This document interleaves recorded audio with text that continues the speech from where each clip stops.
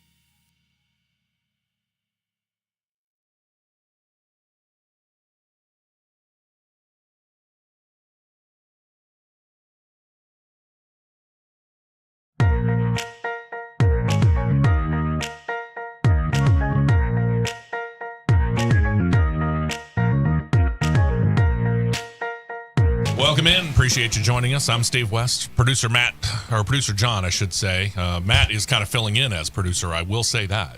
And doing a very able job of it when it comes to the YouTube feed. We appreciate all we can do. Producer John has himself, we'll just say that producer John has got himself into a bit of a corner and has homework to do. So he's not going to be able to join us this morning. But, he should be back next week. Appreciate you joining us. Matt and I had the chance to go over last week to Atlanta and check out some really good racing. and you and I got to talking about it. Yeah. And Atlanta's becoming really, with the aging of the track, and we talked about the asphalt that they used, it was supposed to kind of get that personality coming in a little bit earlier than just doing a straight repave and all that. They did something to it. I don't know what it was. Yeah. But it kind of ages it a little bit faster, basically, is what it does. And, man, it is coming into its own. It really is. It is something dealing with that the way they done the aggregate on that asphalt. Yeah. That's just where it's just the last few laps of any races is elbows up, strap them down, let's go. Absolutely. Quickly becoming one of, if not the most exciting track in NASCAR for photo finishes, too. Witness, for example, last Saturday's Craftsman Truck Series race. It came down to a photo finish between the penciled-in favorite, Kyle Busch, and Stuart Friesen, of all guys. Gave the two-time Cup champion all he could handle as they worked down to the final laps. Busch ends up crossing the start-finish line just ahead of Friesen, 0.017, 17/100ths of a second. Think about that. Real close. Tyler Ankrum third, Bailey Curry fourth, Chandler Smith fifth, then Caden Honeycutt, Ben Rhodes, Ty Majeski, Jake Garcia, and Grant Enfinger filling out the top 10. Now, of course, Busch is a moonlighter, so only Corey Heim is locked into the playoffs at this time. Grant Enfinger in there as well, leading those who are in on points, along with Ty Majeski, Chandler Smith, Luke Fenhouse. Got Ben Rhodes, Gio Ruggiero, Stuart Friesen, Daniel Hemrick, and Jake Garcia also all inside right now. But again, this is real early. We're 2 races in for the love. So, don't expect that to be the same thing once we get to the end of the regular season. Playoffs are going to look different, I can guarantee it. Yeah. Later last Saturday afternoon into the evening, it was time for the Xfinity Series to take to the track, and not really surprisingly dominated by one driver. It happened to be the hometown driver, Austin Hill. Now, Austin has won 4 of the last 6 races and the last 3 in a row in Atlanta. He led 146 of the 163 laps on the evening, used a friendly and, well, as it turned out, timely bump from Parker Retzlaff, a guy we'll get back to in a minute, to launch him out ahead of Justin Allgaier. He won by just over 0.2 of a second. Hill wins, Allgaier second, Eric Almirola, Sammy Smith, Nick Sanchez. Then you got Jeb Burton, Daniel Dye, Leland Honeyman, William Sawalich, and Harrison Burton in the top 10. Now, Austin Hill and teammate Jesse Love are locked into the playoffs for now. Probably will stay there. The points are led by Sheldon Creed, then Justin Allgaier, Jeb, then Harrison Burton, the cousins. Jeremy Clements, Sam Mayer, Carson Quapple, Matt DiBenedetto, Sammy Smith, and Leland Honeyman, Taylor Gray, and Ryan Sieg. Just a couple of points outside looking in right now. But again, things are going to change. Mm-hmm. Sunday got a little more competitive. 50 official at the line lead changes. That is a record for the Atlanta Motor Speedway. Second year in a row came down to a 3-wide finish. Not quite the photo finish of 2024. Could have been. Well, it was close. If it wasn't for a untimely caution. We dealt with that during Cross Flags podcast, just saying. So we'll leave it at that. Feel free to check out this week's edition of Cross Flags to see what Matt and I had to say about that. Christopher Bell able to hold off his friend and his rival, Kyle Larson, to claim the win. It's his 10th Cup Series win of his career to date, and first on a drafting-style track. Again, something we dealt with on Cross Flags, that under yellow finish. Bell wins, Larson second, Ryan Blaney third. Ricky Stenhouse Jr. and Denny Hamlin fell out the top 5. Rest of your top 10, Kyle Busch, Ross Chastain, Bubba Wallace, John Hunter Nemechek. Now, counting, understand that the appeal has yet to be heard. Counting the Chase Briscoe penalty, your top 16 are at this point in time in with wins, William Byron and Christopher Bell. Then Ryan Blaney leads on points. Tyler Reddick, Austin Cindric, Bubba Wallace, Kyle Larson, John Hunter Nemechek, Ricky Stenhouse Jr., Alex Bowman, Chase Elliott, Joey Logano, Denny Hamlin, Michael McDowell, Carson Hocevar, we'll get back to him, and Chris Buescher. Eric Jones is on the outside looking in. Now, should the appeal be overturned? I don't think it will be, but because it's a possibility, we'll throw it out there. If the appeal is overturned, Chase Briscoe would be just inside the top 16. He would be listed at 14th, and that would knock Chris Buescher out. Mm-hmm. I did the math. I'm pretty good at maths. This weekend, actually, pretty busy weekend. NASCAR begins their West Coast swing by doing a stop in Texas. Got the run at Circuit of the Americas. This is on the new to NASCAR layout. It is a layout that they've had all the time. It's just new to NASCAR. This one will be an 18 or 20, depending on who you talk to, turn 2.35 mile long course. We'll show it to you here in a minute, as opposed to the full 20 turn 3.43 mile long course. And we'll run the Focused Health 250. This will take about 65 laps to run in all. 250, by the way, is kilometers. It'll air on the CW and PRN radio starting 12:30 p.m. Eastern, 11:30 a.m. Central Time. That is race time. That is not pre-race coverage, by the way. Again, for those of you that are new to the show.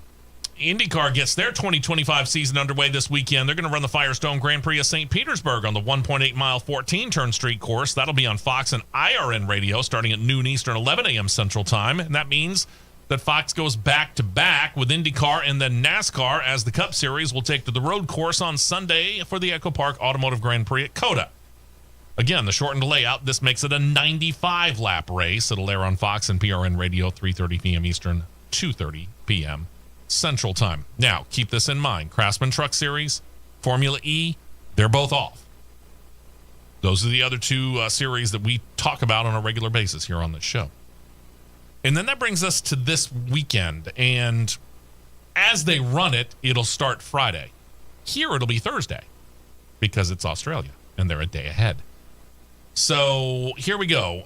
First day of the Race of Champions getting underway at Accor Stadium in Sydney, Australia. Day one will feature the Nations Cup. This will be all of the teams working together under their respective flags. And then the next day, second day of action, Saturday in Australia, Thursday and Friday here. This will feature coverage of the individual competition. TV is kind of out the window from what I can tell. You can stream it. If you go online, go to raceofchampions.com/live stream, you will be able to watch it. But again, keep in mind that they're, well, pretty much on the other side of the planet from us. So it'll be middle of the night here. Just saying. So there you go. There's the schedule for this week. IndyCar getting their season underway. And we've got a couple of changes coming up from them. But let's go ahead and kind of get you familiar with what we were talking about just a moment ago when it came to the changes in COTA and where we're going. We're going to show you these two different layouts that we referred to in the schedule rundown. As we noted, the layout that NASCAR is going to use is a shortened 2.356 mile long course. And depending on who you talk to, it's 18 or 20 turns. And I say 18 or 20 turns because if you look very carefully, Matt's going to get this picture up on CRN Live on YouTube here in a moment. They have a turn 6 and then a turn 6A and a turn 6B. Okay, now if you count those as individual turns, then that makes 20. But if you count that as all one big turn, it's 18. Math's weird in this case. Plus, you noted something about this, and this drawing or this outline, effectively, It is not correct. it's not 100% correct. No. All right. Because the chute between what I'll call turn 6 and 7, not 6A, 6B, 6C. Right. I'll call it 6 and 7, does not have that kink. Okay. It is a straight shot. All right.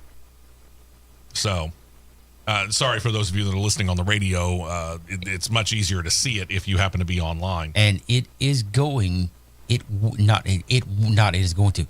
will throw somebody for a loop because you're I almost going from guarantee it. massive, stupidly high levels of grip on the newer paved sections to the middle section right there that has Which has been used. zero. Yeah. No, this is not. This is a part that's never been used. You're talking about that little cut through right there? The cut through, yes. Yeah. It was Steve Swift at SMI stated this is a layout that has never been used on this course. That's never been touched, really? Never been touched. Holy cow. Ooh, that ought to be interesting.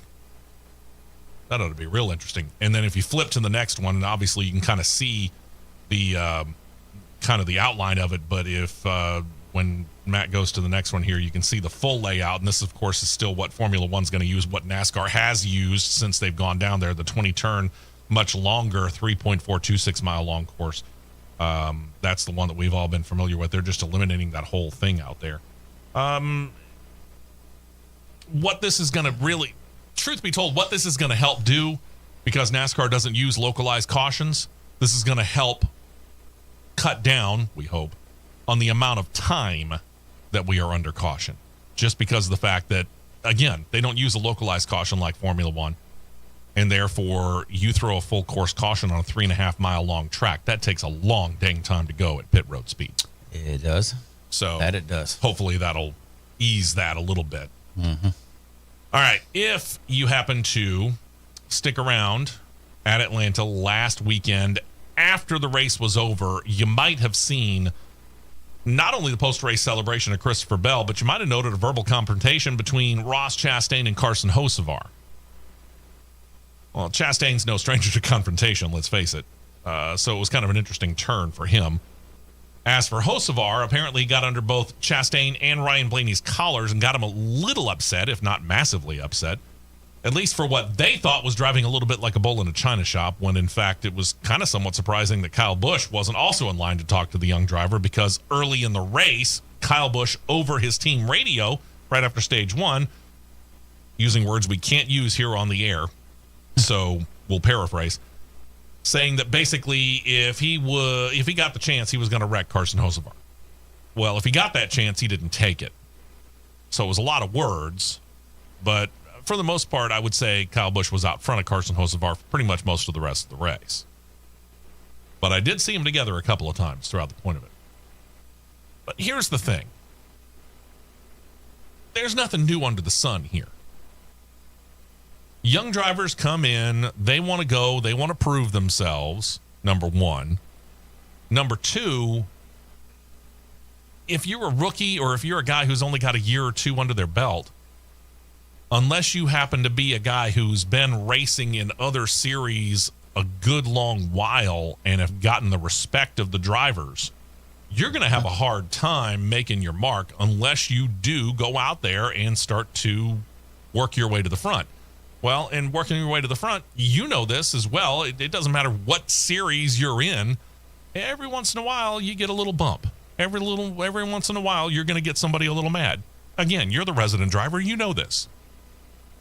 If you ain't using the bumper or using the car, you ain't trying. I mean, with the exception of the shot on Blaney that spun him out, I didn't see anything wrong with what he did. I didn't either. I didn't see anything wrong with it. Yeah, I got to admit, I didn't either. And all of this happened to be noted by veteran NASCAR driver Landon Castle. Excuse me, I got a bit of a sore throat, so I'm dealing with that this week. He posted on social media this, quote, "It's so funny to see a bunch of veteran drivers pissed off at a young and aggressive rookie going for his first win. It's a tale as old as time. I love it." And this is from a guy who, again, he's been in that exact same situation. Right. He has been that young driver who's coming in trying to make his mark, and he's been the veteran driver who's been on the receiving end of some young buck's willingness to try and go to the front and do it almost any way he possibly can. Yeah, I mean, but like I said, you're three wide going for a shot at the win. Yeah. I mean, we don't see a problem with this. He gave Bell the bump, the shot going into three. It shot him up just high enough, and he shot the gap. That was clean move. Yeah. Clean move. Chastain, one of the more recent of those drivers in others' crosshairs. I mean, you think about it. He got Denny Hamlin ticked off at him. He got Kyle Larson ticked off at him, Martin Truex Jr., Kevin Harvick, and the aforementioned Ryan Blaney. Kyle Busch was well known for feuding with several drivers his first year in Cup. So was Joey Logano. Joey Logano, as a matter of fact, got under the skin of the driver that he took over the 20 car from, Tony Stewart, among several other drivers. So all of these drivers that are complaining about it, they might as well just look in their past and go, you know what? I was once that kid. And shut up and drive the car. Yeah. Here's the thing. If you don't want him to do what he did to you, go and tell him how not to do it. Take him under your wing. Carson Hocevar drives a Chevy. Guess what Ross Chastain drives? You're in the same team. One Chevrolet driver to another. Hey, here's what happened. Don't do this again. Do it this way. And it is bugging the absolute godforsaken daylights out of me that when a Chevrolet driver bumps or rubs another Chevrolet driver wrong and it just causes a flare up, why are we apologizing to Rick Hendrick to start with? Why? Makes no sense. Apologize to Mr. H. What? Huh? Yeah. Why? Does he sign your checks? Is he suddenly the god of Chevrolet? I mean, what? Let him race. When we come back, we talked about this leading up to the Daytona 500. there was a group that came out with a special edition Richard Petty, let's say adult beverage. Well, another company has decided not to be outdone. We'll tell you about it when we come back, and we'll turn our attention down to the Xfinity Series. Not, truth be told, a whole lot going on in the world of NASCAR, so we're going to be quickly running through that and getting into a lot of IndyCar news here on CRN.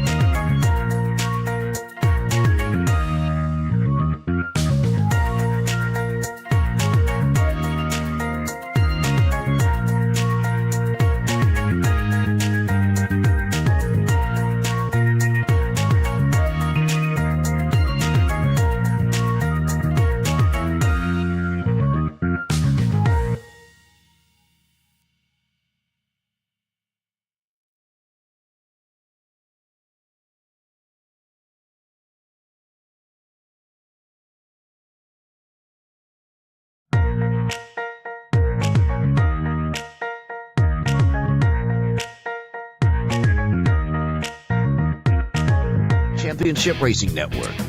If you're into collecting adult beverages, you may have been able to get the hold of that Richard Petty deal that he did with Sugarland Shine. Pretty cool thing there. You might still be able to get a hold of it. Well, not to be outdone, Kentucky-based Rebel Bourbon, who are introducing their Kyle Busch 108. It is a single barrel bourbon. Number comes in from the fact that it is 108 proof, or 54% alcohol by volume. They noted their partnership with Richard Childress Racing and Kyle Busch's number 8 Chevrolet. You can find out where it is being sold simply by going online. Go to rebelbourbon.com/whiskey-locator. How much one of these things would be? I haven't looked it up.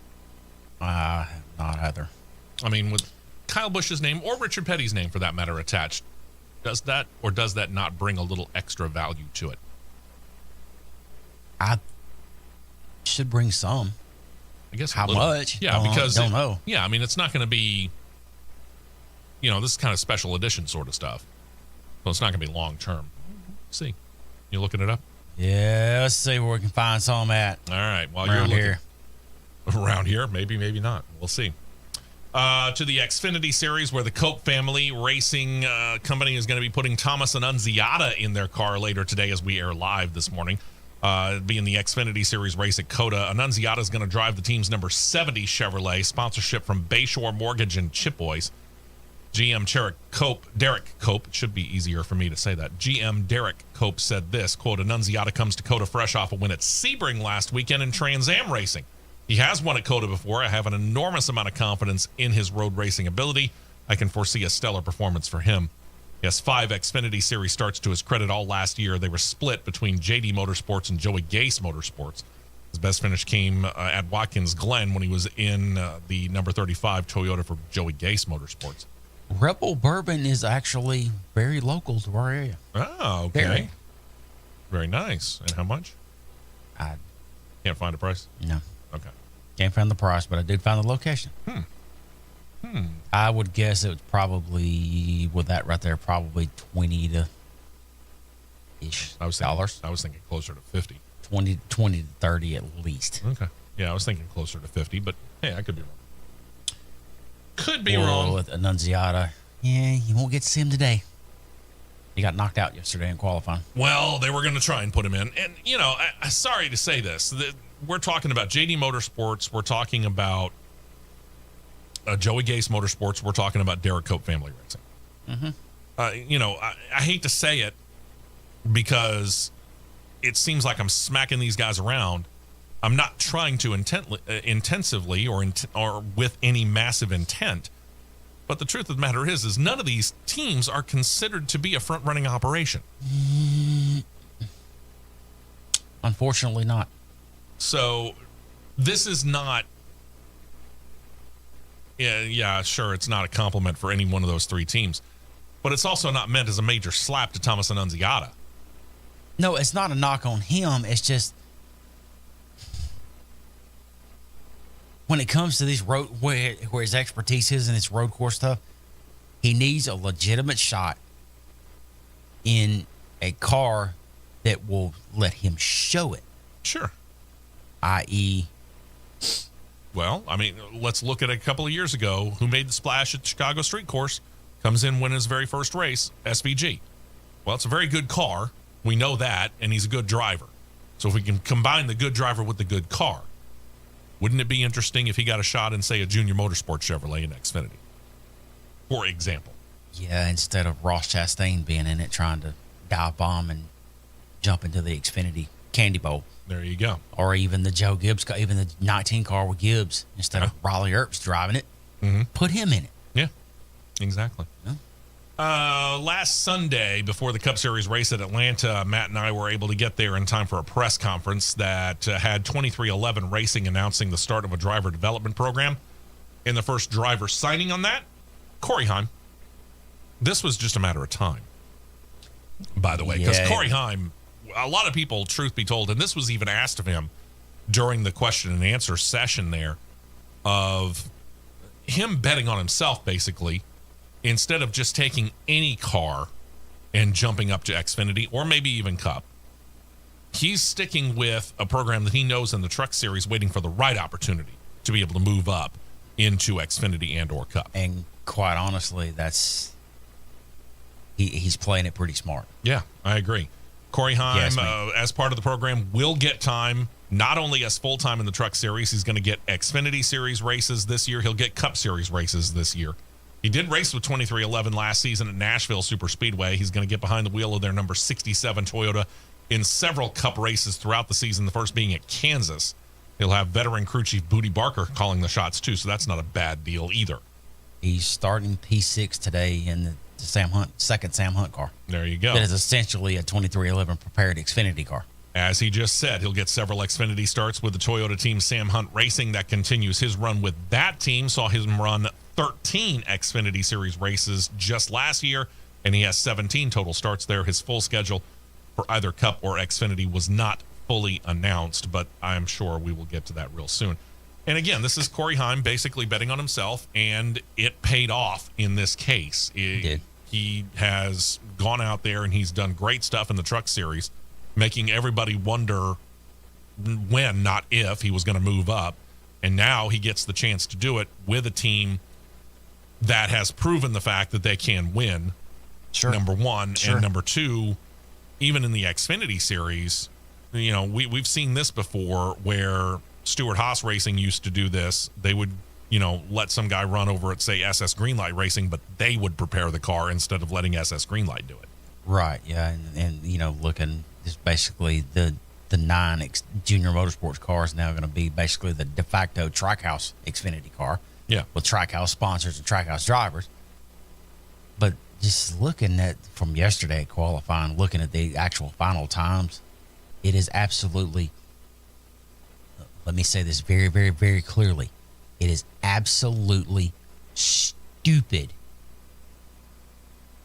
that the time gap between first and third is 1 full second. Connor Zilic, if Connor Zilic today does not lap at least half of the field, I will be royally shocked. You and me both. And I'll be shocked. Was it Thursday? Might have been Thursday.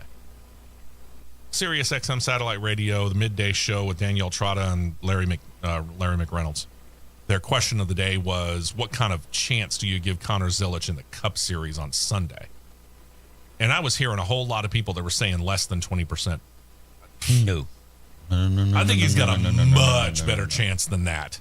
You're rolling to the grid with a car that has Red Bull sponsorship on it. You know that car is going to be going for broke. Yeah. And he is a kid, talking about Connor Zilic, who has said he wants to set the new record for being the youngest Cup Series winner in NASCAR history. And if he were to win this weekend, which I'm not going to put past him, he would do it by, let me see, he turns 19 in July.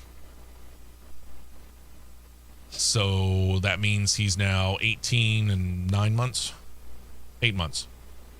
Something like that. Let me see. And Joey Logano was 19 years and almost 2 months old, I think, when he claimed his first win. So he'd beat him by half a year easily, if not more.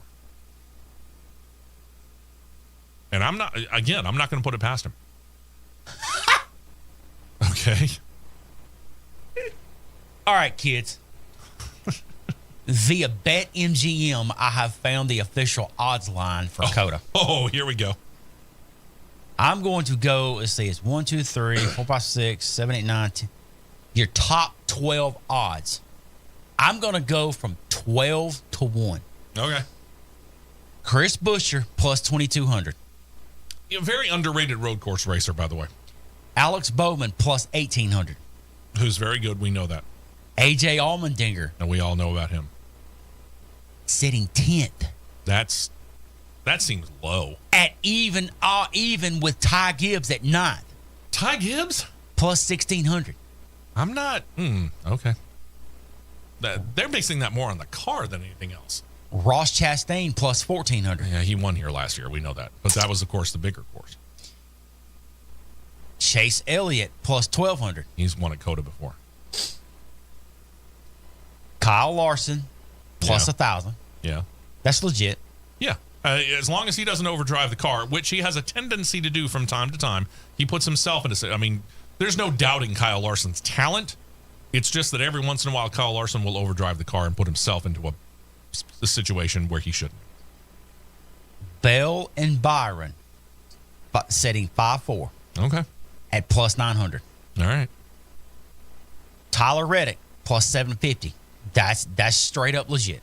Yeah. With his streak on road courses and how good he's gotten. Sure. I can see that one. Yeah. Your top 2. It's just a matter of the order. I can tell who they are right now. At plus 525. Okay. SVG. Okay. Connor Zilic. Tied at number 1, basically. Number 1 at best odds to win the race. When that question came out and everyone was sitting there talking, like 10%, 20% chance. And I'm sitting here thinking to myself, you guys are way underrating it. Don't get us wrong. That's basically 5-2 odds. Yeah. Don't get us wrong. We understand that there is a lot more talent now, and these drivers have to take road courses much more seriously than what they used to.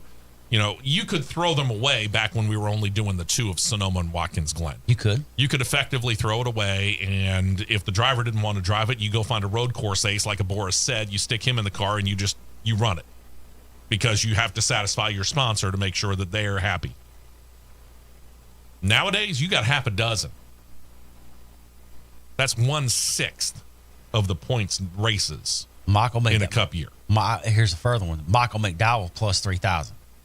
Kyle Busch plus 3,000. Suarez plus 3,000. This one, in my opinion, is underrated. Okay. Austin Cindric, 3,500. If betting were legal in the state of Alabama, I might be willing to put $10 down on him just for that. $10 to win 350. Wouldn't be a bad. I'd take that bet. Yeah, absolutely. Briscoe, 3,500. Talk about a guy who needs help this year. He needs something. He needs something. Yeah, I mean, with 6 out of 36 points races being run on road courses, you can't just toss away a road course anymore. You have to take it seriously.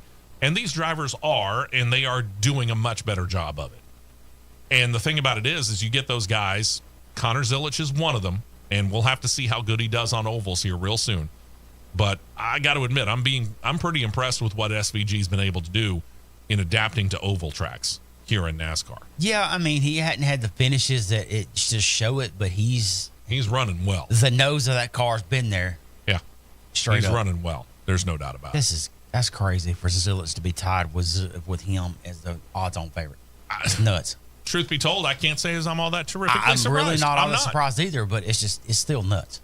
Oh yeah, I mean, to have that kid that talented, and I get it. He's still 18 years old, and there's a fairly decent chance that if he gets stuck in traffic, so to speak, he might get a little roughed up. Mm-hmm. But man, this kid's he's got a head on his shoulders that's much older than the 18 years that he's got chronologically on this planet. For sure. I mean, the kid's walking around with a flipping Rolex on his wrist. He's 18. Yeah. Good night almighty. All right, let's take a break here. When we come back, we're going to start talking IndyCar. And we're going to lead off with not necessarily the rumors about whether or not Honda is going to move to NASCAR or not. Because, well, nobody at Honda's really talking about that. But one person at Honda is talking. And we'll tell you exactly what it was that he said when we come back right here on CRN.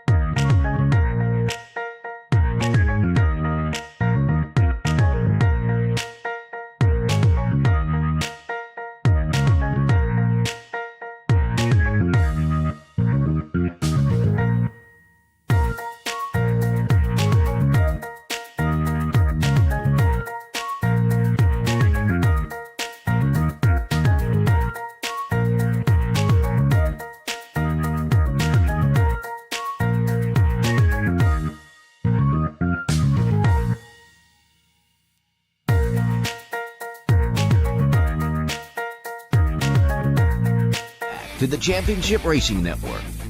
All right, let's see if we can't try to break this down a little bit here because, pardon me, again, dealing with a sore throat, so pardon me on that, and pardon us as we kind of go diving deep into this interview here. Because there's a lot of rumors out there. We talked about it last week that Ram is talking about rejoining NASCAR as soon as next year in the Craftsman Truck Series, and within the next couple of years, Dodge would then follow because Stellantis has had a change in leadership, and therefore they're now interested in going NASCAR racing again. Well, right about that same time, suddenly reports started picking up that Honda is also interested in joining NASCAR. Whether or not they actually do or not, I don't know. Well, Racer.com reporter Marshall Pruitt sat down with Honda Racing Corporation President David Salters, asked him about the future of Honda in racing. Pruitt was asked what the process is when it comes to the decision about the future of Honda, specifically in IndyCar.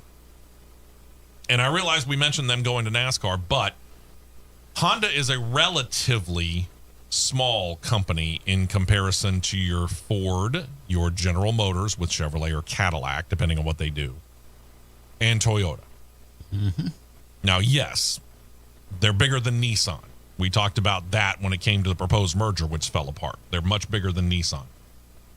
But at the same time, they're a relatively small company in comparison. So when did they get to the point where they're stretched too thin becomes basically their biggest concern. And David Salters responded to the question by saying this, quote, "We're very privileged to do what we do. IndyCar is amazing. The Indy 500 is like nothing else. You go and you stand there with 300,000 people. Hats off to IndyCar for having 300,000 people there, because that place is like nowhere else. And I've been privileged to do a lot of things, but to go stand somewhere near the start-finish line, see all the amazing ceremonies, the jets flying overhead, the national anthem being played, it's very emotional. And then for our fans to watch it, it's why we do it, and it's why we do it to develop our people and our technology." Now, why is this coming up? Well, Honda's deal to be an engine provider with IndyCar comes to an end after the 2026 season. Don't know whether they're going to re-up it. They're not saying. David Salters did go on to say this, quote, "But how do we decide what we're doing in the future? We have to balance a number of things. Effectively, the Honda Racing Corporation is its own company. It looks at the short and long-term plans, and then it has to deliver for the return on the investment to make sure that it works. So what happens? We look at our plans. We try to figure out what's going to work for Honda and Acura. Acura is, yes, a brand under the Honda Corporation, but strangely enough, it's really only in North America. They don't use the Acura brand anywhere, pretty much anywhere else in the world. It's only in North America. But then again, we put it there because, number one, he said it, and number two, it's very important to note that he includes that in that situation, since they're very much they're into the racing situation, specifically in IMSA, where they use the Acura name. What's going to help develop our people and our technology best, and that is actually why Honda goes racing, for the people and the technology. And then what's going to show that to our fans and our customers to make them proud, what's going to promote our brand well, and then what can we afford? Because it's just like running a house. I'm privileged to be the president, but I have to balance the books at the end of the week. It's like being at home and trying to figure out what we can afford, because there's competition for all of these sorts of things. Many series to consider. Basically, within that formula, we just try to constantly look and see what's going to work for us, and that is how our business works. So this tells me that they're certainly not going to go racing across the board, is what I'm gathering from this.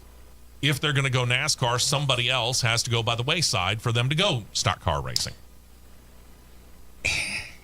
And with the success they've had in IndyCar, I just don't see them ditching IndyCar. I don't either. You want to talk about putting all of the onus on Chevrolet? I don't see it happening. So you're thinking that Honda's chances of coming into NASCAR are pretty slim? Less than 30%. Okay. Well, this is pure speculation, mind you, ladies and gentlemen, okay? Let's presume that they decide to stick in IndyCar and they decide to come in NASCAR. Thinking about Honda, what do you drop? You've committed to this next generation of engines in F1. Would you back out on that? Would you welch on that now? think it's too far along in the process for you to welch on Yeah, that. it's way too far along in the process. So do you drop IMSA?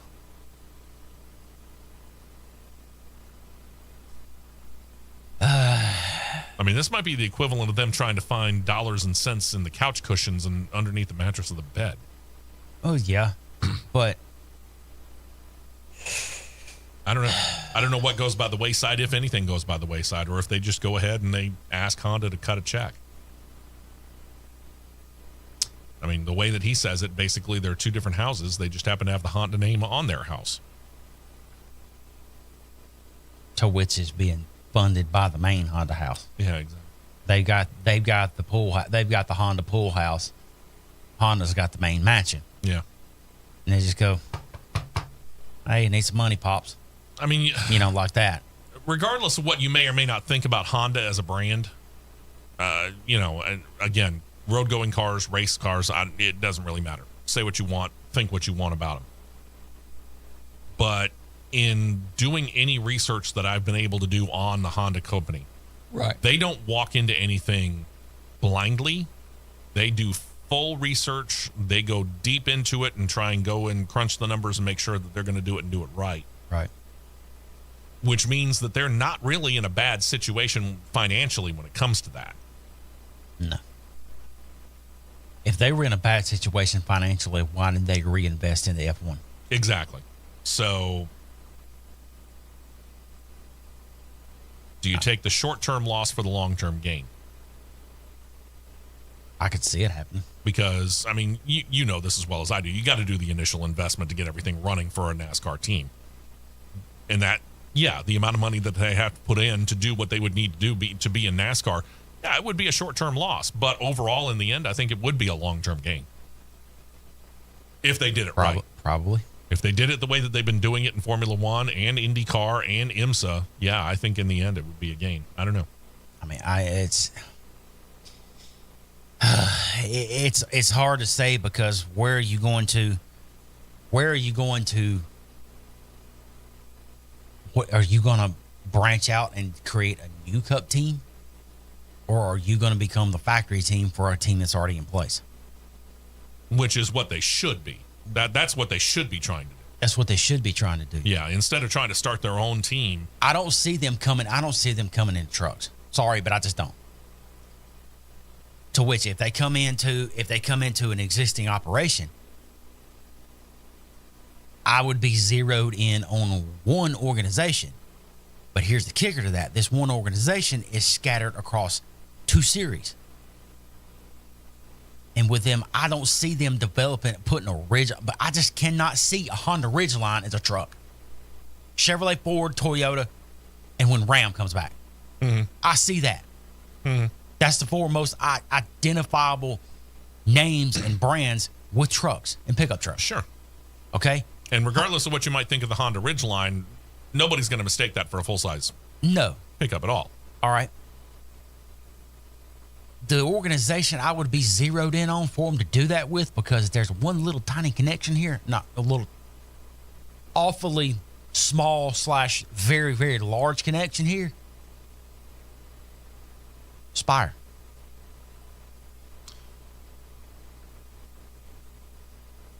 You think Spire might go away from Chevrolet? The Andretti connection. That's true. You cannot tell me that there's not an Andretti connection already in Spire. Oh, yeah. We'll be talking about that here in a minute. Not when you had it. Not when you had at Atlanta alone. Atlanta alone. Across all three Cup cars, Gainbridge, Delaware Life, Group 1001. Wonder who owns them. Oh, Dan Towers, who is basically the CEO and president of Andretti Global. Yeah. But here's the catch to that right there. They come into the car side of it and stay out of the trucks. You got a split manufacturer organization. So the next thing I could see,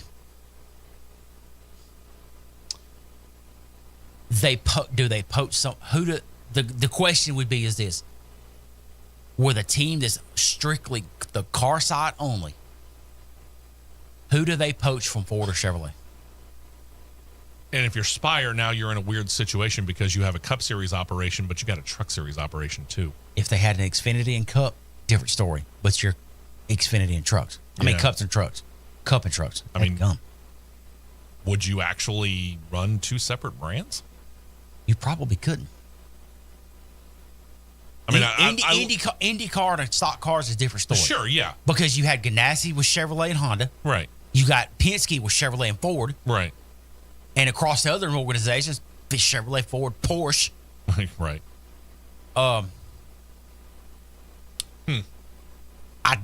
Somebody murmured and tried to say that they could probably lure RFK to be Honda. Nah, I just do not see Jack Roush leaving Ford. I don't see that happening. No. I would, don't get me wrong, I understand fully that, yeah, probably Spire is the most likely one. But if Honda decides to only come in doing Cup and Xfinity, what are they going to do with the trucks? That's the question mark. Yeah. And as it is, we already know they're going to have to develop a V8. Yeah. That's the question mark. If Honda's coming in, they have to develop it. Yeah, just like Toyota had to. Yeah. Now, they had the V8 side for the trucks, sure, but they had to develop the V8 for the cars. Right. We'll see. It's going to be an interesting thing to watch, truthfully. And it's going to be interesting to watch if any of this actually comes to fruition, because while we're hearing more and more when it comes to the Stellantis side, with Ram coming in next year and then Dodge later on, the Honda situation is a lot more tenuous. So we'll find out. Oh, yeah, for sure. But then to get back to the whole Andretti Global thing, or now more importantly, TWG, and this really, I have to admit, becomes very little shock to those of us who have been watching this whole saga.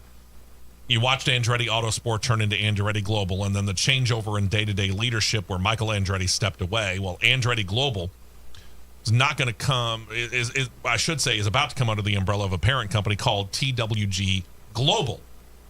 TWG Global announced Tuesday of this week that they've got themselves a new arm called TWG Motorsports, which is going to cover all the motorsports series that Andretti Global races in, and all the other stuff that they do.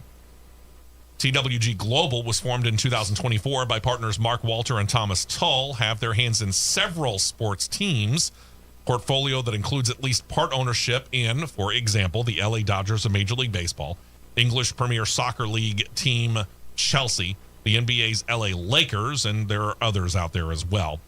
Now they have the motorsports arm. Andretti Global is the leader. Longtime TWG partner Dan Towers is the CEO of TWG Motorsports. This should be no surprise if you've been listening to the show for any length of time, because we've been kind of keeping you updated on all this. Mm-hmm. Here's the other part of it that leads into exactly what Matt was just talking about. Andretti Global's motorsports interests include not just the Andretti IndyCar team. Yes, obviously it is that. But it also includes Andretti Formula E, Cadillac F1, Spire, Wayne Taylor Racing in IMSA, Spire, Walkinshaw Andretti and Australian Supercars, and oh, by the way, Spire Motorsports and NASCAR's Cup and Craftsman Truck Series teams, along with an Extreme H, now used to be Extreme E, but now it's Extreme H off-road racing team. Ta-da! So that's the situation. They have their hands in this in some way, shape, or form. In some cases, they own the entirety of the team. In other cases, they have I'll call it a significant portion.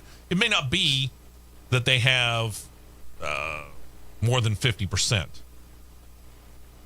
So in other words, they may not be the owner and main operating force behind a specific operation.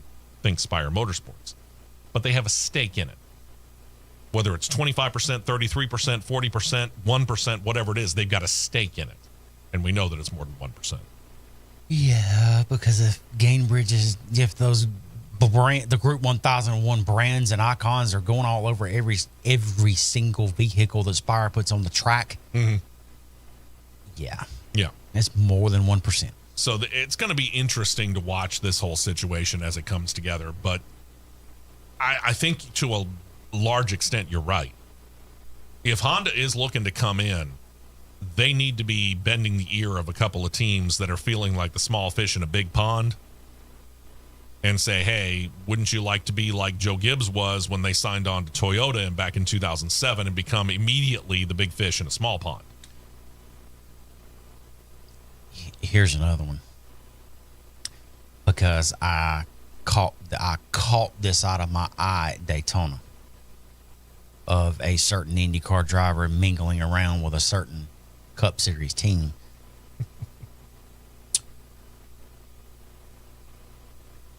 Don't, and considering that he has driven for this brand at one point before, do not bat an eye or turn a shoulder to Legacy Motor Club. Yeah. Because when you got Scott Dixon mingling around talking about wanting to make a Cup start and he's at Daytona embedded in with Legacy Motor Club. Mm-hmm. And we've already talked about how Legacy's kind of putting themselves at arm's length to both 2311 and Joe Gibbs. In the words of Vincent LaGuardia Gambini at the end of My Cousin Vinny, the defense rests. Bingo. One more note here, and then we'll take a break. Speaking of Andretti Global, they do have a say in what's going to happen with that F1 team. Michael Andretti wanted it badly, but he's out from day-to-day operations. TWG, again, overseeing the effort with Cadillac. There are still some questions that need to be answered, like who's going to drive for them. And they state that they are coming onto the grid in F1 in 2026, right? Well, from the start, the team has also said that they want not only an experienced F1 driver, but they want to pair him with an American-born racer. The initial favorite being Andretti IndyCar driver Colton Herta. Mario Andretti, who's been retained by the F1 arm as an advisor, says that Herta is still the leader in the clubhouse to grab one of those two Cadillac seats. Former F1 champion said the Cadillac is looking to have their driver lineup finalized soon. Andretti added, quote, looking back at the way that Colton has trained from the very beginning of his young career, as you know, he started in Formula 3 and so on with the likes of Lando Norris. He's done some F1 testing. Zach Brown gave him a good test at Portimao in Portugal. You should see the report that we got from team principal Andrea Stella. And Andrea is an individual that says it like it is. So again, Herta's a great candidate. All of this has to be proven, of course, but going in, he is a good bet, in my opinion. If you're going for an American-born driver, Colton Herta would be probably the front of the list if you're looking inside the Andretti/TWG Motorsports camp. Would they look outside that camp to do it? Don't know. Probably less likely to do that. Just saying. I think they'd stick to within inside their own camp, at least to begin with. Don't touch that dial. The Championship Racing Network will be right back.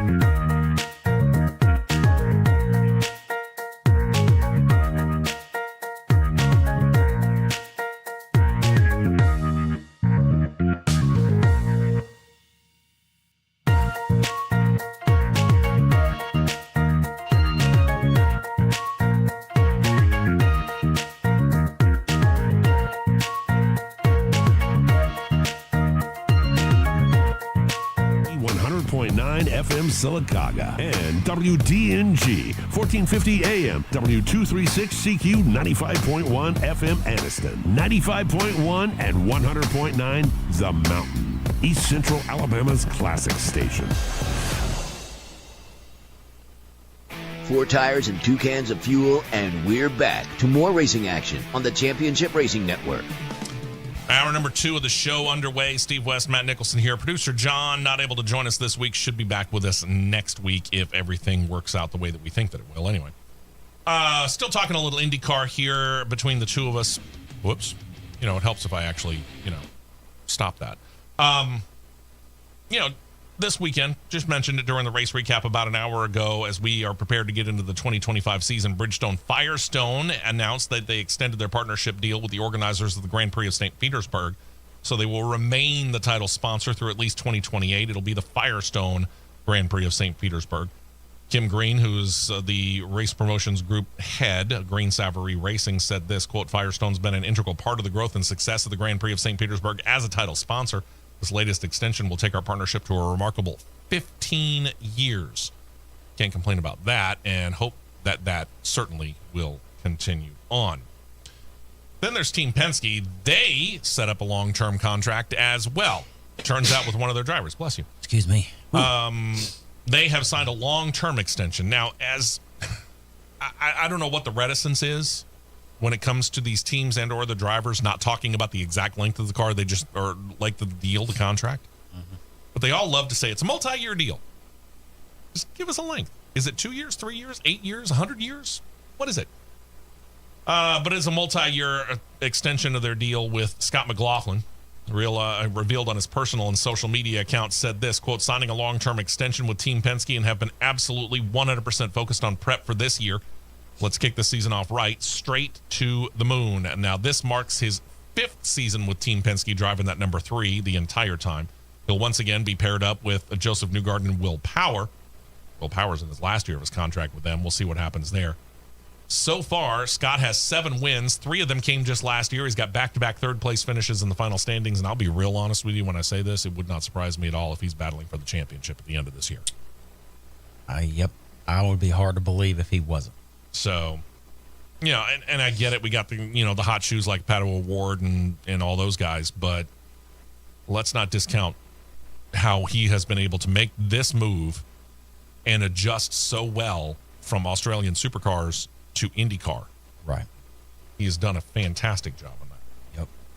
Yep. New sponsor brings about a new number for one of the Juncos Hollinger racing pair, specifically Connor Daly. Connor Daly switching from the number 78 to the number 76, as in Unical, the parent company of Union 76 gas stations.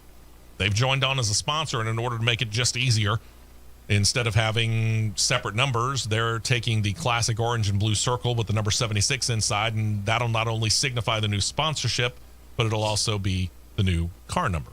Makes sense. Pretty cool. Yeah, I don't like it. There were 2 seasons of 100 Days to Indy that showed up on the CW network in conjunction with Vice Media and Penske Entertainment. But when it was announced that it was not going to be back for 2025 on the CW network, a lot of people thought that it was going to be dead and gone. Turns out Penske Entertainment has been telling media this week that there is going to be a 3rd season and a new broadcast partner. It's going over to the Fox networks.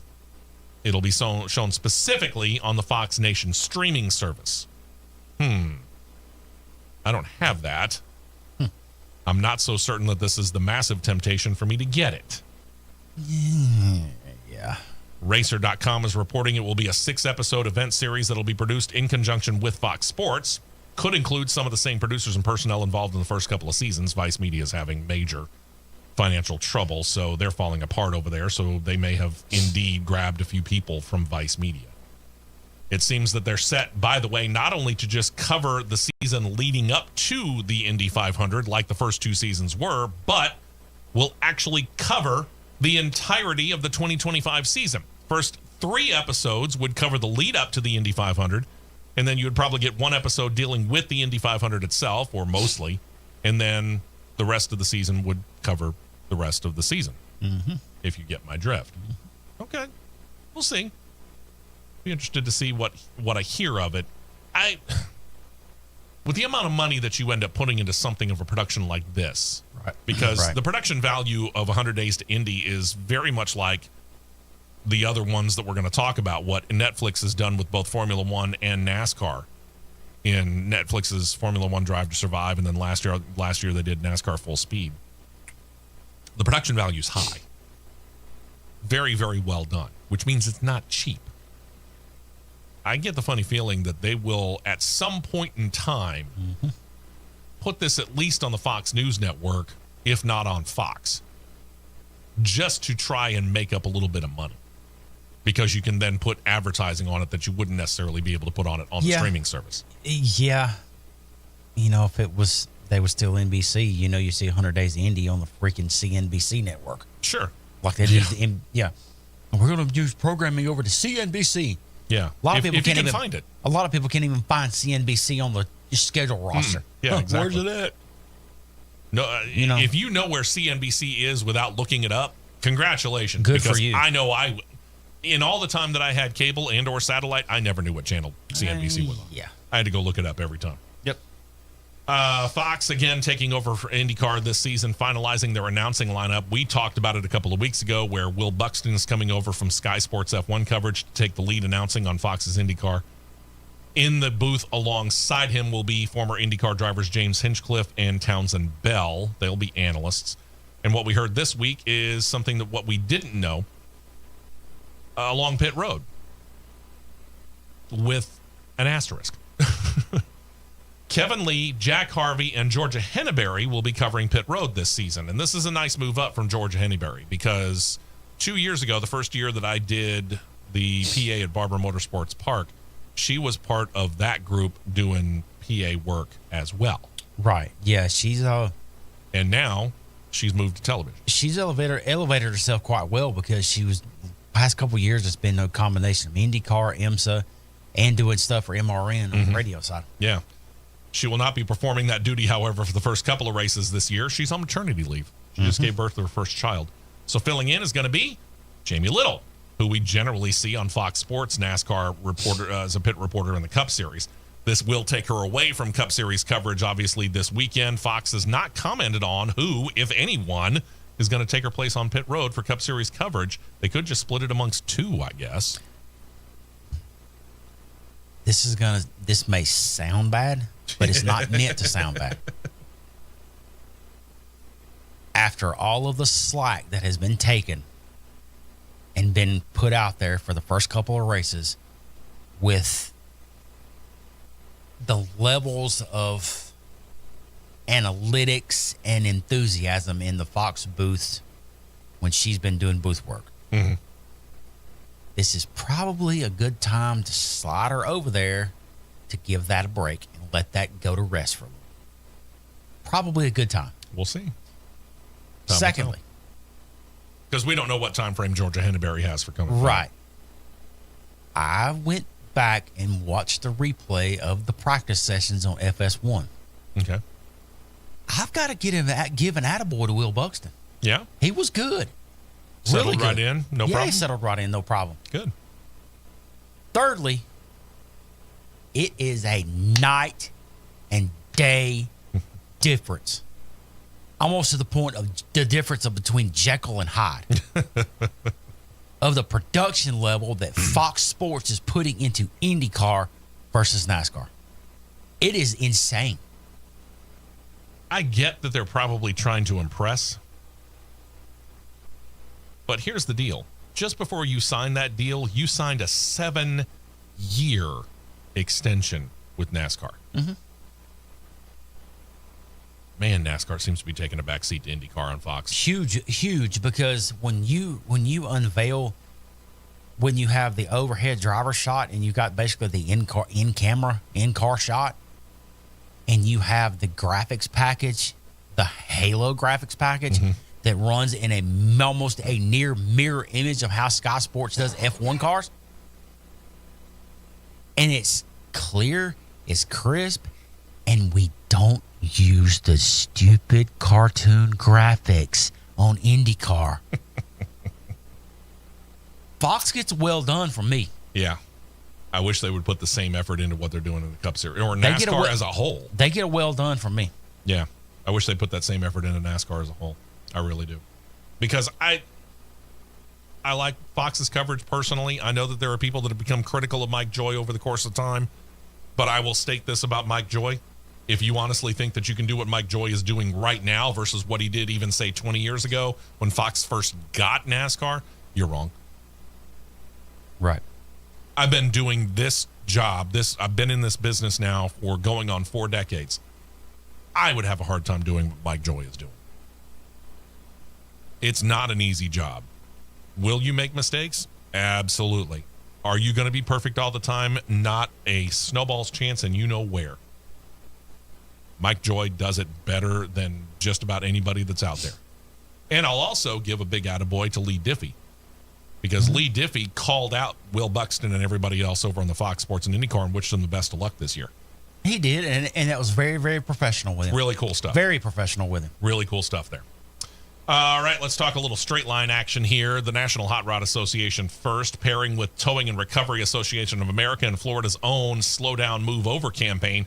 Randy Meyer Racing is going to have all of those initiatives on their Top Fuel and Funny Car entries for Matt Cummings and Julie Natas, respectively, for the season-opening Gator Nationals in Gainesville, Florida. Now, this is an initiative that is not just for Florida. It's basically getting jump-started there, and then it'll go nationwide, set to highlight the need for drivers that are caught in backups to move over, not only for police, fire, paramedic, and ambulance vehicles, but also move over and or slow down for tow vehicles as they work to clean up the crashes or help out stalled or stranded vehicles so that, you know, we're not stuck in 5-mile backups because of all that. It's a pretty cool deal. Give him a lot of credit for that. And then Tony Stewart Racing is set to go all patriotic this year with the Top Fuel and Funny Car entries for Stewart himself and Matt Hagan, respectively, going a lot of red and blue with a lot of white letters on the Mopar Direct Connection sponsorship. It's a pretty good-looking pair, truth be told. I like that. But I got to admit, I wish I'd gotten a picture of it, but that Slow Down, Move Over campaign, pretty good look, too. Yep. And then one other note here, and then we'll take a break here and set congratulations out to the 10 inductees set to be inaugurated into the International Drag Racing Hall of Fame on March the 6th. This lineup is pretty stout, folks. It includes Pro Stock motorcycle, Pro Stock motorcycle team owners Terry Vance and Byron Hines. Vance and Hines team, you know that very well if you are listening to this show for any length of time. Top Fuel and Funny Car champion Gary Skelsey. Team owner Jim Head. Former racer and racetrack owner Charlie Allen. Funny Car division pioneer Gary Dyer. Racetrack owner Debbie Bader. And Summit Racing Equipment's founder Paul Sergi. Or Sergi. Not sure which. Plus, the editorial director and the editor of the NHRA's official publication, National Dragster Magazine, is going in. His name is Phil Burgess. Congratulations to all 10 of them, and certainly very well deserved. If you're listening on the flagship radio affiliate, we're going to be checking in again with one of the employees here. In the meantime, we're going to take a short break. When we come back, we haven't had much since we talked about the change in leadership over at the IHRA, but they've started to reveal their 2025 schedule bit by bit. And if you're here in the Southeast, like say in the backyard of us right here at CRN, this affects us in a big way. Details next. Stay right here for more on the Championship Racing Network. First things first, let's go ahead and head on back out to All-American Bingo. Kim is over there and having a good time with a great deal that not only will benefit you. I'm not hearing her. Okay. We'll have to check in with her here in just a couple of minutes. But when we check in with Kim, she's going to be able to tell us about a situation where you can benefit with some really fun play and it benefits some local causes. So we'll be coming back to that here in just a moment. The NTT IndyCar Series is back on track.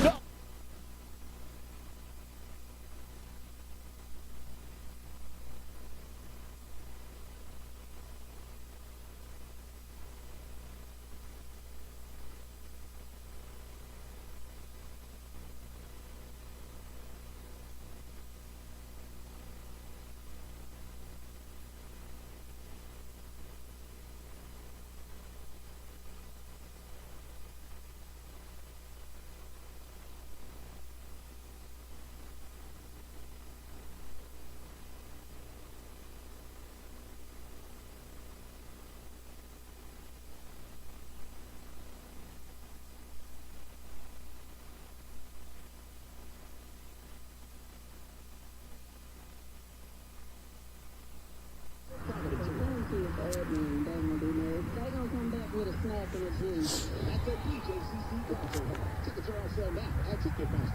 here. Join 95.1 The Mountain for our live coverage of the 2025 Calhoun County Baseball Tournament semifinals and finals this Monday and Tuesday.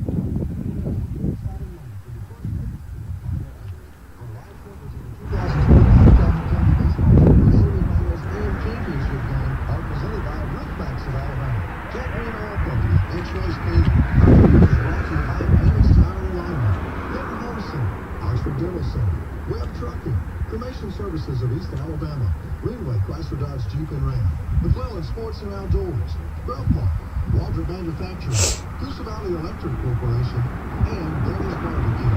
Join us this Monday and Tuesday night starting at 5 o'clock on Monday and 6 p.m. on Tuesday night for the live coverage of the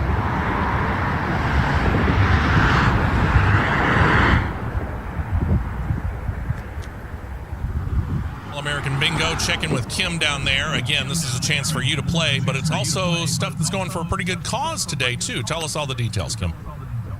Hey, Steve. Yes, we are here at All-American Bingo today. There is a $10,000 jackpot, and proceeds from this will go to the Walter Wellborn High School Benefit Fund. They do a lot of stuff for the sports and inside the schools. Where am I going if I want to get in on this? 8896 McClellan Boulevard, which it's the old Heroes building right next door to Brew and Vape. All right, and this all kicks off exactly when? The doors open at 12 and the sessions start at 2 p.m. All right. So they have a $129 buy-in, all paper bingo, and they have your dabbers up front for sale. All right, cool stuff. We'll check in with you one more time here in about 20 minutes. All-American Bingo's location. Kim's going to be down there until what, noontime? We'll be here till noon. Go on down, say hi. 2 tires only, and back out to the track for more action on the Championship Racing Network. All right, let's see what else we can get ourselves into. What do you say, Matt? Why not? All right, when we talked about the change in the leadership in the IHRA a couple of weeks ago here on the show, it was actually about a month ago, actually. You said if they are going to come here to the state of Alabama, you are in. Appears they're going to be here more than one time. Here we go. I mean, think about it. The leadership that they pulled directly from the NHRA. They did. And it was a big get. And here's the thing. I mean, the NHRA has been eating the IHRA's lunch and taking the next day's lunch money. Well, this one opened up our eyeballs.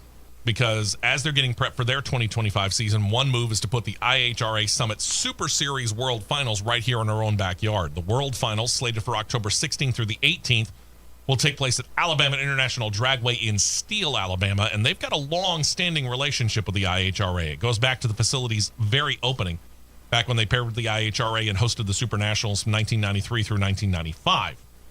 Alabama International Dragway you can run on one of two layouts. You can either run on the 1/8 or the 1/4 mile configuration and has earned the nickname of Where Records Fall. 100 acres of land, 10,000 seat bleachers, all the fan amenities, trackside RV lots, and pretty convenient location for people in Alabama. It's along I-59 between the cities of Birmingham and Gadsden at exit 174.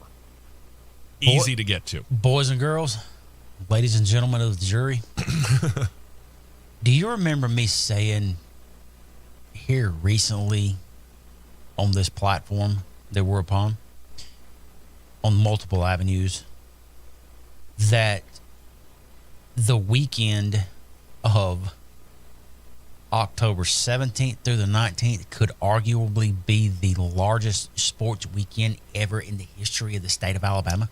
It's getting bigger. It just got a little bit bigger because as of this week, not only does, as I repeated, Auburn plays at home against Missouri. Mm-hmm. That little game called the third Saturday in October will be in Tuscaloosa. Mm-hmm. Alabama, Tennessee. We have UAB has a home game against Memphis now. Yeah, that which weekend has become a nice little barbecue rivalry. The Jack State has an away game that week, so we're taking one thing out of that region. Oh, but we're going to install the IHRA World Finals in the same region as well.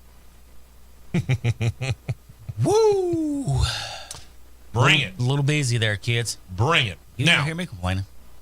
this isn't the first, by the way. This is just part of the schedule that they have actually released.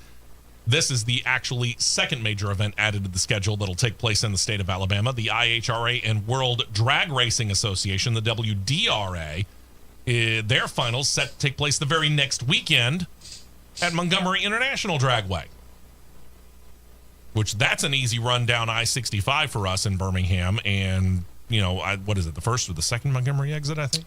That would be the first one where the northern bypass. Nah, it's not a problem to get to. Well, let's add in a couple of weeks before the Division 8 Series finals at Rocket City. Oh, let's get to that, shall we? The IHRA announced the Summit Team Finals. Sorry, wasn't looking at that part. Oops. This will start August 21st through 23rd at Humboldt County Dragway in Iowa. Moves to Indiana's Muncie Dragway September the 4th through the 6th. After that, things will move to Holly Springs, a motorsports park in Mississippi.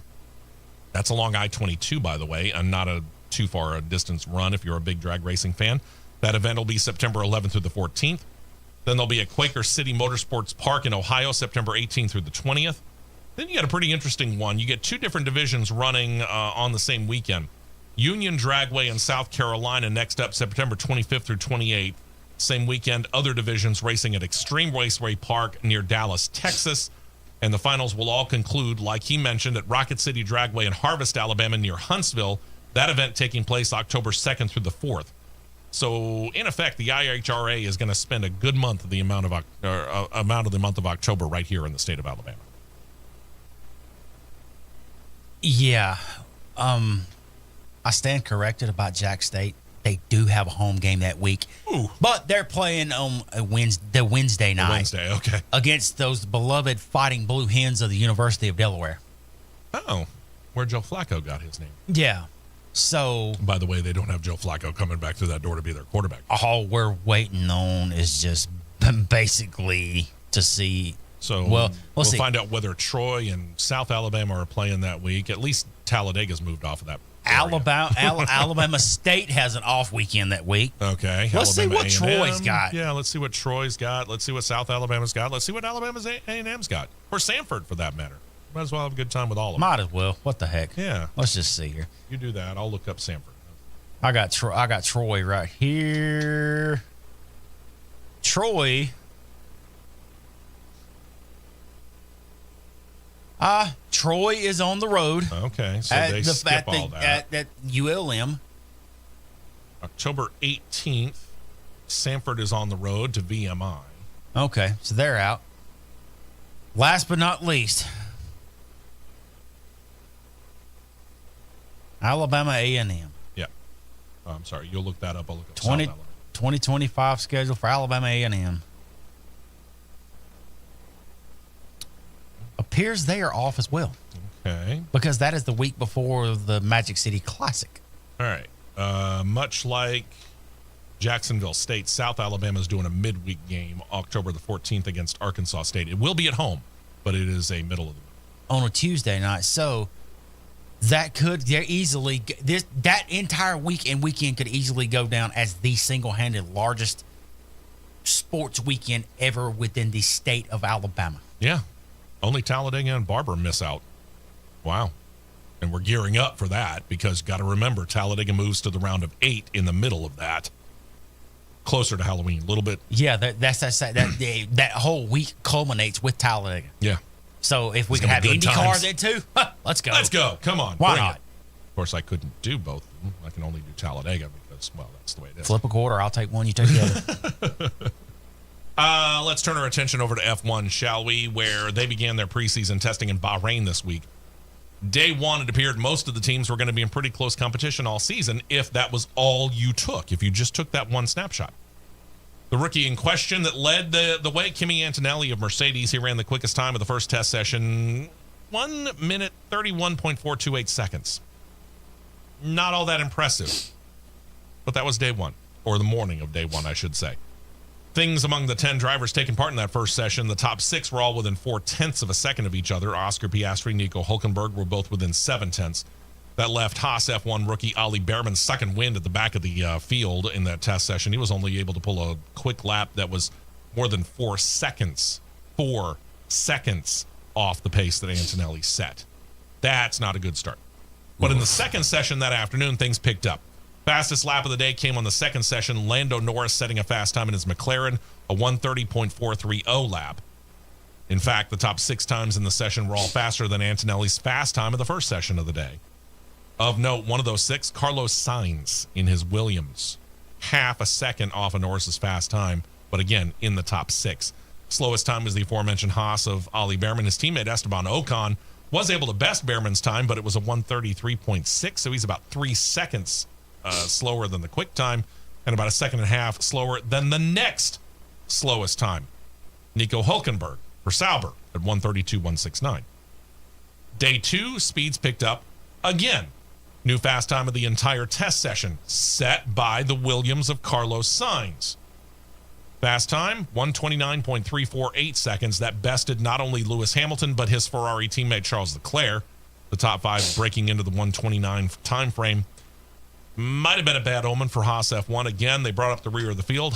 Esteban Ocon at 1:33.071. Ollie Behrman still having a hard time catching speed on day 2, 1:34.372.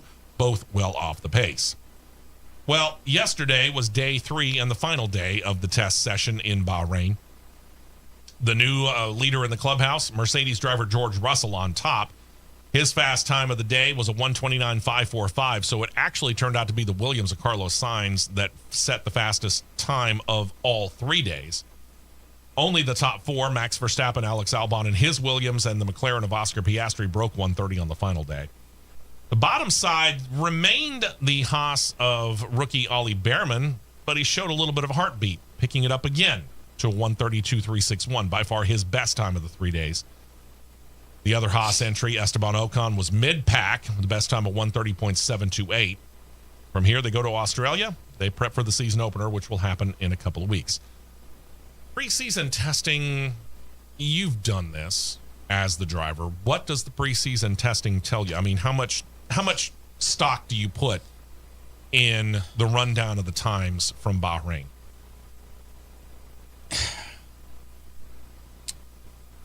It's 50-50 because you're going to have, when they go back to race at Bahrain, the weather conditions are going to be different. Sure. And everybody knows how they must rely on weather conditions for the car. Sure. Like, how much they rely on that to get the drivability and how their car performs. It's a gauge, but it's not a clear tale. Okay. So things could be radically different once they actually take to the track in Australia. Yeah, because Australia, you got completely different climate, completely different racetrack, completely different grip levels. So, yeah, I mean, whoever may be sitting in line in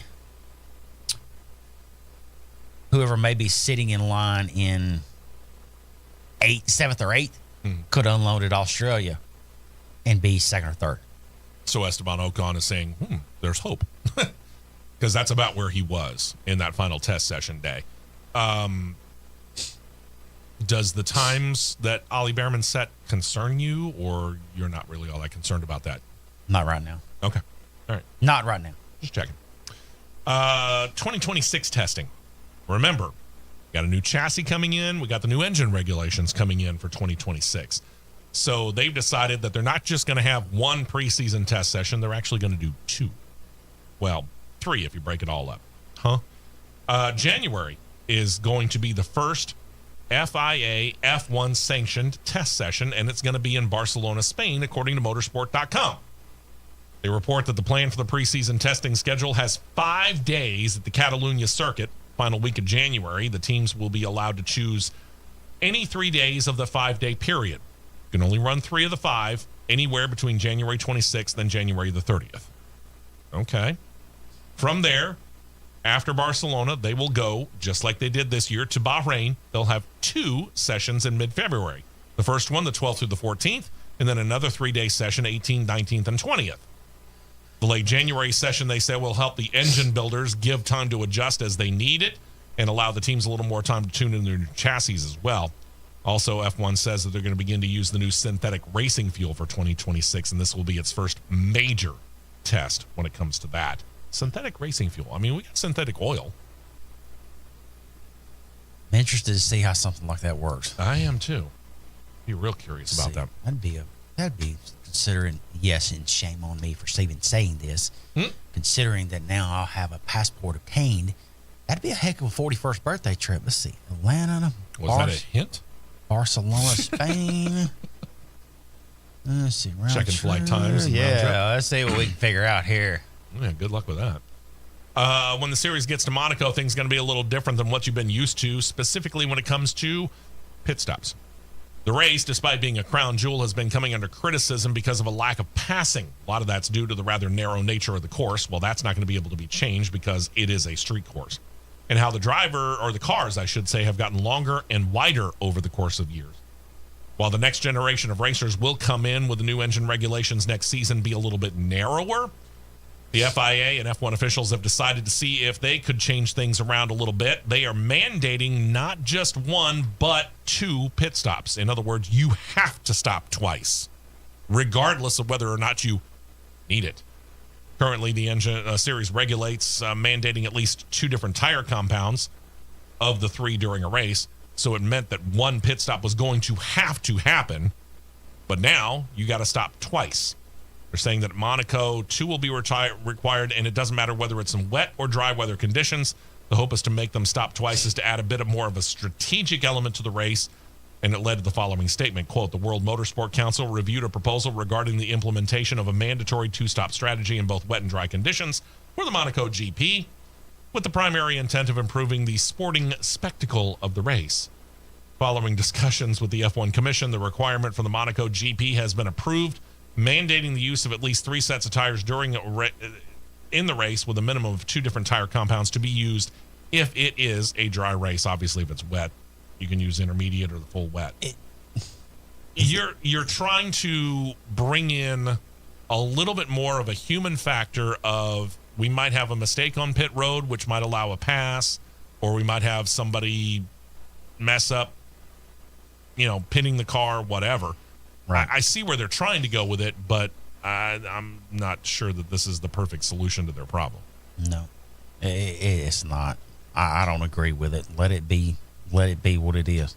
Yeah, I mean, the strategy call for a lot of these guys is to whether just to stop once or to stop twice. Right. Now you're mandating that you have to stop twice. Yeah. Okay.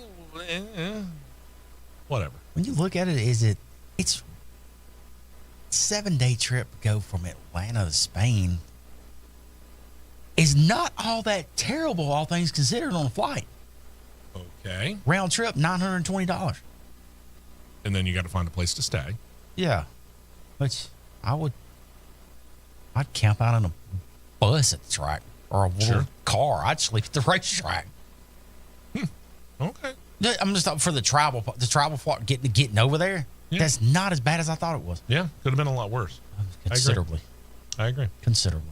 Down to Australia, the Grand Prix race organizers there, after they banned the so-called track walk in 2024, have said it is back for 2025. Now, what is the track walk? Well, very, very simple. Track walk allows the fans to get out onto the racing surface after the race is over and then make their way up to the podium to get up and close and personal with the post-race trophy ceremony and celebration. But you might remember back in 2023, fans got out on the track before all the cars were off the track. And that created a big problem for a couple of racers who were trying to get back to the paddock into their garage stalls.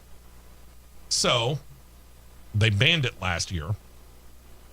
And then they needed to get permission not only from Formula One, but from local authorities in Melbourne, Australia, who said, yeah, we're more than willing to let you get back into the tradition, but here's what you got to do. So race organizers said, okay, we'll do it. They're going to work closely with the local authorities and F1 officials to ensure that what happened in 2023 doesn't happen again. They put in a purpose-built barrier gates along, and they have increased security. That's when you wait to hear the words, track is clear. Uh-huh. Then you let them go. Exactly. And you don't let them out beforehand. That's just kind of like, when you have people that are Atlanta Motor Speedway, the race is closed. My truck is not closed. I'm going to my truck. Yep. Bye. All right. Got to take our final break here. On the local level, we'll check in with Kim, who is out and about, and talk to her in just a couple of moments. And then when we come back, we'll continue talking Formula One. And, oh, by the way, we're going to talk that Race of Champions race again, too, and get you set up for it Thursday and Friday here in the U.S. We will be right back.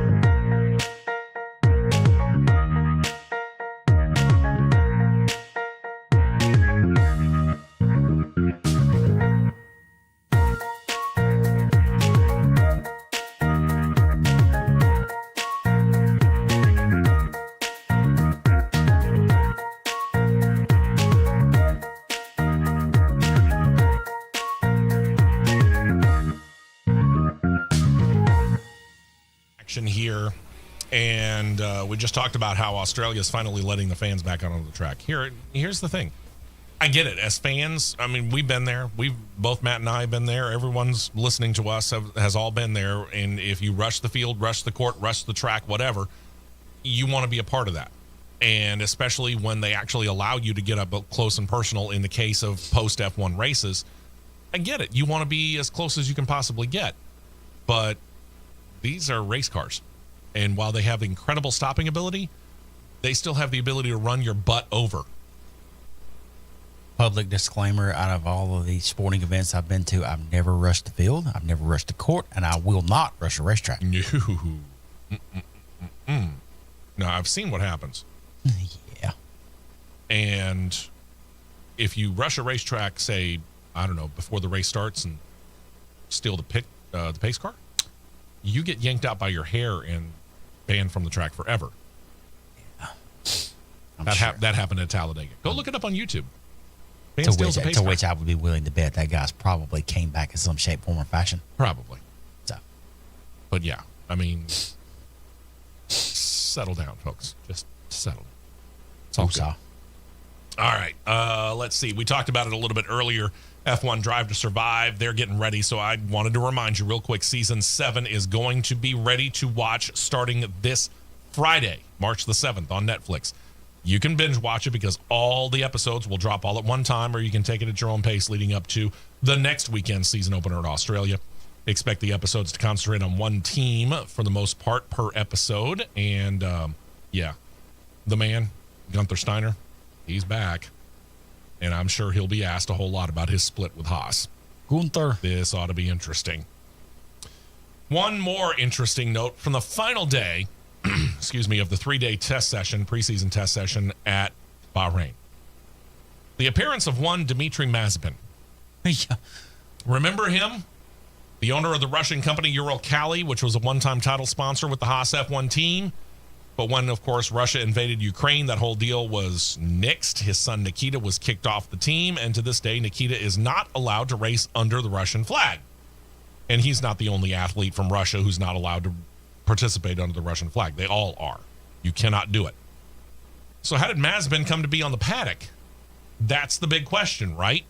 Turns out that both FIA and F1 officials have the ability to hand out passes to whoever they want to, but there's nobody willing to own up to the fact that they gave a pass to Dmitry Mazepin and his younger son, Stefan. Okay. There's also a question of why he was there. And that, of course, opens it up to a whole lot of speculation. I'll deal with the speculation, but I'll tell you right now. It's not from here. It's not from us at CRN. This actually comes off of ESPN. And there are other media reporting that it is interesting that his appearance is timed right now. He said he was on a quote-unquote personal visit because he's still friends with many people within F1. But when you stop and think about it, the Alpine team is undergoing a major change after this year. They're going to stop making their own power units for their racers. They'll become a customer team. And there are rumors. Keep in mind, these are just rumors. But there are rumors that Renault, Alpine's parent company, is preparing to sell this race team again. This has happened in the past. And then they turned around and bought it back and then sold it off and bought it back. This has happened over the course of years. Better known as the Travis Kelce effect. Yeah. Oh, did I say that out loud? Oops. Sportico right now values the Alpine F1 operation at $1.5 billion. And that means that there aren't a whole lot of people on the planet who could afford to purchase an F1 operation lock, stock, and barrel. But Dmitry Mazepin's one of them. To which Lawrence Stroll says, is that all? Assuming Alpine is actually for sale, Mazepin makes a serious bid for the operation. The question then becomes, would Formula One and or the FIA actually allow that to happen? It's hard to say. Really, really, really, really, really hard to say. Considering this whole history thing and what's going on and the fact that, yeah, we're trying to come to a peace deal, I get it. But we haven't come to one yet. I would tend to believe that if this were to happen now, no, he wouldn't get approved. Later, question mark. Once peace is done, and it's the equivalent of them sitting in the backseat of the car and on their own sides and not touching each other. Don't make me turn this car around, kids. If they can stay away from each other and go to their respective corners, maybe. I could see a path towards bringing back the Russian flag for international competition in whatever sport. But right now, no, I don't see it. There's a path there, but it has less to do with sports than more to do with politics. Yep. Time will tell. Absolutely. Oh, Vegas. Pretty cool stuff going on in Vegas. Instead of having the paddock building for the Las Vegas Grand Prix just sit empty, except for one weekend a year, Race organizers have been kind of redoing the interior to allow for the building to be used year-round. Officially set to open on March the 29th, the Grand Prix Plaza covers almost 40 acres of area, will offer fan features like go-karting and race sims. Also included in the attraction to be called F1X, they're going to have show cars and historical artifacts from Formula One's 75 years of history. And for the fans, there is also an exhibit where you can design your own F1 racer and then get to see it in a virtual race from the pit wall and see whether you designed well or you designed poorly. Last I checked, Birmingham has a straight shot flight to Vegas. Sounds like a road trip. Here's more. The go-kart track will be a 31-corner course with a long neon-lit straightaway. The go-karts will have features mimicking both the F1's DRS and ERS, or energy recovery system. Expect an F1-themed store, food offerings, don't know exactly what, thinking bar food. With pricing starting at $79, go-karting will be extra. They're thinking somewhere around $30 more. It's Vegas. What do you want? A 31-turn go-kart track? I want to see the full layout of this thing. I really do. Sounds like to me, I'm about to take a road trip. I would go back to Vegas for this. I would go to Vegas for this too, because I would sit for 2 hours and let's just see what a car would look like with this little red, white, and blue diamond that we have known as our logo would be sitting on there, maybe with a Ferrari engine package, Mercedes. I don't know. Could have a little fun with this. A lot of fun with it. Oh, I could sit there all day and come up with something. I mean, the thing about this is I've been to Vegas a couple of times in the last 15, 20 years. Never have been. And it's a fun place to go, but I'm not big on gambling. I'll take a $20 bill in and I'll go play slots or roulette or whatever. And once that $20 is gone, I'm out. Or if I win $100, I'm out. 100 or more bucks, I'm out. That gambling it doesn't do anything for me. I've said this before, I'll say it again. If we were to legalize casino gambling in the state of Alabama and they put one at the end of my street, I'd go in one time just to kind of look around and see what it was like and probably throw $20 on the table and gamble it. And then I might never darken that doorstep again. So Las Vegas, for the gambling aspect, doesn't hold a whole lot of interest for me. Yeah. Okay, it's a fun place to go. All the lights and all the things that you can go see, and there are plenty of things to do other than gambling. But again, that's the main attraction to going to Las Vegas. This right here would be a main attraction for both you and me in Vegas. I would go to Vegas for that. You go gamble. I'm going to go over here. You'll find me at the F1X experience. Honey, I'm still at the casino. Oh, I'm still at the go-kart track. Yeah, you have a good camp time. out, have a good time. You have a good time there. I'm going to be over here racing go-karts. By the end of it gets done, we'll look like Cole Trickle and Rowdy Burns with a rental car. Get out of the way! Exactly. One final note here on Formula One. The 2025 Global Fan Survey is now live. This is the fourth time that Formula One is paired with the Motorsport Network, owners of motorsport.com. They did one in 2015, did one in 2017, did another one in 2021. If you'd like to have your voice heard, it's easy for me to say. Yeah, if you'd like to have your voice heard in this 2025 edition, go on to fansurvey2025-formula1.motorsportnetwork.com. I know it's a long way to go. That's pretty cool. And I think motorsport.com has a link to it. And if you go into the news area of Formula One's official website, you can get to it that way as well. So there you go. And then there's the Race of Champions. Mentioned it at the top of the show. We'll wrap up the show with it. It's going to be down in Australia, Sydney specifically, at Accor Stadium. This will be kind of a prelude, 2 days of events that'll happen Friday, Saturday there, Thursday, Friday for us. International Dateline and all that. I'm not even going to try and get into all that. And for us, it's going to be kind of middle of the night. Because if you think about it, they're practically on the direct other side of the planet from us. Yeah. They're going to have 2 days. The first day will be the Nations Cup, which is where you get Team Germany. Matter of fact, I'll give you all the teams right now. There's Team Germany. There's actually 2 Australian teams. Team Germany's there, Team Australia Supercars, and then Team Australia Off-Road. There's Team New Zealand. That makes sense. Team Norway, Team Sweden, Team France, Team Finland. That has former F1 driver Valtteri Bottas in it. And others are using drivers in series that we don't generally cover. There's Team Great Britain, got former F1 driver David Coulthard as their pair. Team Germany's running 2 former F1 drivers, Sebastian Vettel and Mick Schumacher. And as for Team USA, it is comprised of former Cup Series champion Kurt Busch alongside a noted X Games gold medalist and former ROC competitor as well, Travis Pastrana. There were competing in several different kinds of cars, by the way. If I had to put my money on a team, gotta put it on them pesky Germans. Yeah, I got a hard time not going with them. Yeah. I mean, yeah, you would be stupid to not go with them. I mean, to me, they're the favorites in the clubhouse. If Kurt Busch was paired with somebody different, I changed my thinking. No disrespect to Pastrana, but he's who would you go with? I mean, the one time that we did really, really well, it was Jimmy Johnson. Mm-hmm. Did you put Jimmy Johnson back with Kurt Busch? 2 NASCAR drivers? Or would you get maybe an IndyCar driver, like a Colton Herta or somebody like that? If he would do it, I would put Kurt Busch with Dario Franchitti. Ooh. That'd be a good one. What would be, I get we're kind of talking about something that we're going to have a hard time watching. But in an all-star event like this, I don't care where it's being held, United States, Australia, Canada, Antarctica, for all you care.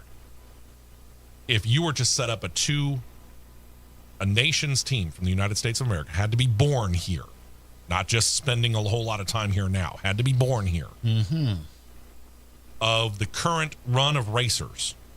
And I'm just going to fly it open here. I'm going to say it's going to happen during the off season. So none of the American series, NASCAR, IndyCar, NHRA, none of them have started yet. You got to pick 2 drivers out of the current crop of drivers. Who are you going with?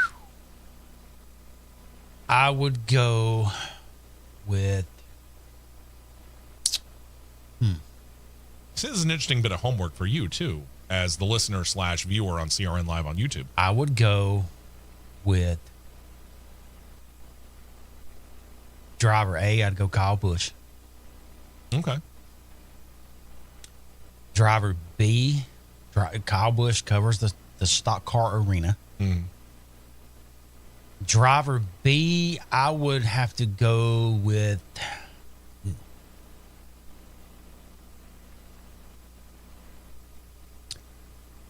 That's a intriguing one, Isn't it though? I would go with somebody. I would go with a veteran that has had success. If he would do it, which I think he probably would, Jimmy Vasser. That's interesting. I like your idea of a Kyle, but I'm going to probably go Kyle Larson just because of what I have seen of him in the ability to kind of go from one different race series to another and adapt to it very, very quickly. Kyle Larson, I think, would be leader in the clubhouse for me. Second driver, and I'm not necessarily afraid to go NASCAR, but I would certainly look at IndyCar as well. Joseph Newgarden's an interesting possibility.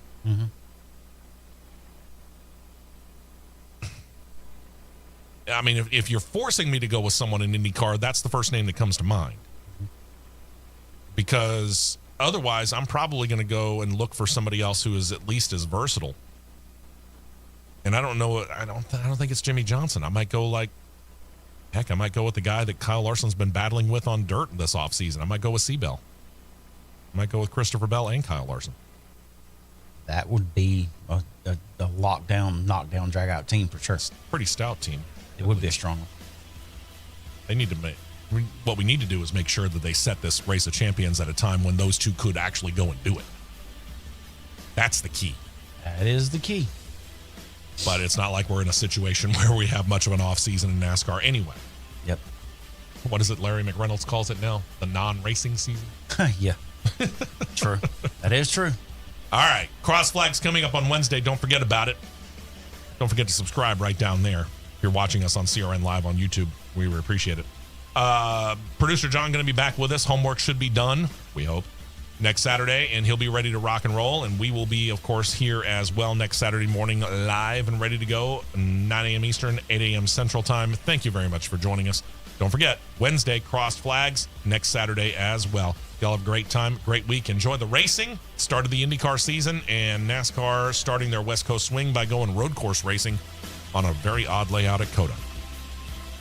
We'll talk about it all throughout the course of the weekend next weekend, and we'll talk to you next Saturday right here on CRN. See ya. Thanks for joining us.